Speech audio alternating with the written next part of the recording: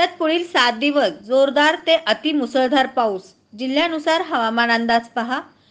राज्यात 48 तासात उत्तर मध्य महाराष्ट्र, नाशिक, अहमदनगर, पुणे, धुळे, नंदुरबार, छत्रपती संभाजीनगर अनेक भागात 70 ते 100 हून अधिक पावसाची शक्यता आहे.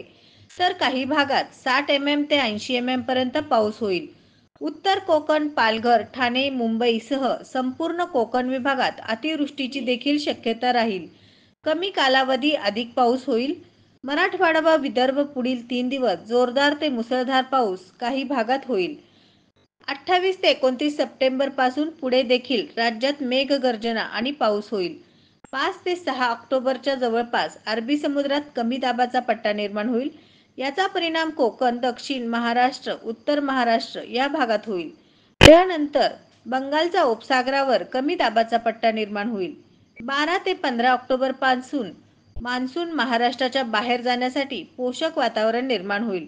मात्र एमजीओ देखील त्याच काळात हिंदी महासागरावर येणार असून नीनाच्या प्रभावामुळे अधिक बळकट कमी दाब निर्माण होण्याची शक्यता आहे.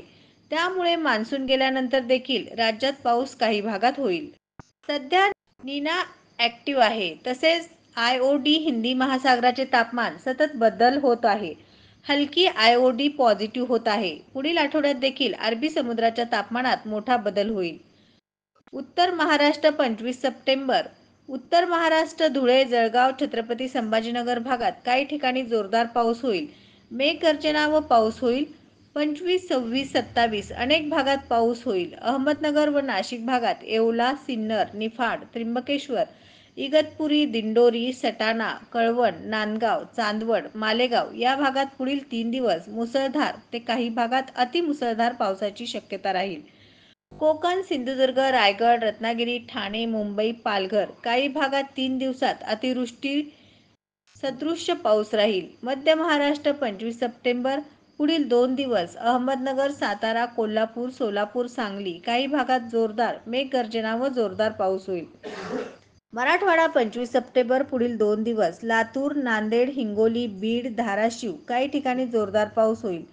जालना, बीड, परभणी या भागात 25, 26, 27 सप्टेंबर काही भागात पाऊस होईल. पुढील एक आठवडा पाऊस कायम राहील. विदर्भ 25 सप्टेंबर. पुढील 2 दिवस नागपूर, भंडारा, गोंदिया, चंद्रपूर, गडचिरोली, वर्धा या जिल्ह्यात काही भागात मेघगर्जनेसह जोरदार पाऊस होईल. बुलढाणा, वाशिम, अकोला, अमरावती, यवतमाळ तसेच विदर्भात काही भागात 26 ते 27 सप्टेंबर पासून पुढील एक आठवडा जोरदार पाऊस होईल.